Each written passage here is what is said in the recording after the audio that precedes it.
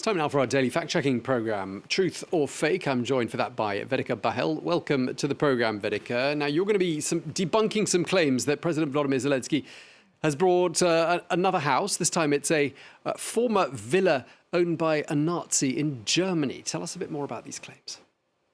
Yes, Tom, that's correct. The Ukrainian President Volodymyr Zelensky is regularly the target of disinformation and accusations that he uses Western aid money to buy luxury goods. Now, the latest false claim going viral at the moment is that he spent 8 million euros to buy this villa, this luxury property named Villa Bogensee. Now, that's a country home on the edge of the small lake, Lake Bogensee, which is just outside the city of Berlin. But the kicker comes is that this house once belonged to Hitler's propaganda minister Joseph Goebbels as his holiday home, and it's now owned by the city of Berlin. Now, this claim that Zelensky had bought this property was even shared there by the Russian embassy in South Africa, who say that it is proof indeed of Volodymyr Zelensky's neo-Nazi tendencies.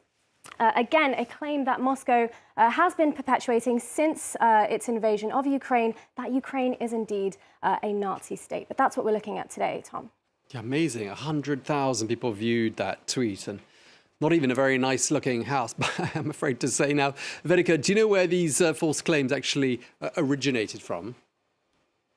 Well, in terms of where these claims came from, all signs point to a whistleblower by the name of Sabine Meltz here. So this is a young lady who posted a video on YouTube at the end of December, and she explains in German how she saw at her former company, which is a Berlin-based real estate agency, that she actually saw the paperwork involved in the sale of this property in the hands of her ex-colleague. Now, she alleges in this video that Berlin has allegedly been trying to sell Joseph Goebbels' former property for nearly 20 years, and she says that this is a copy of the sale contract, and that it was made out to a company called Film Heritage Incorporated, which is a company that is indeed owned by President Zelensky. Now, there is another name on that bit of paperwork there, and that is the name of Dr. Friederike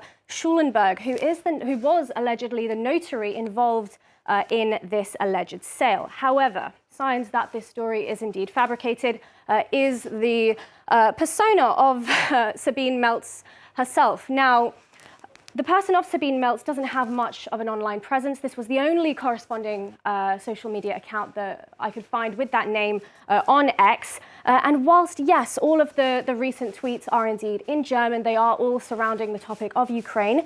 If you go a little bit further back, in fact, all of those tweets from this account are actually in Arabic.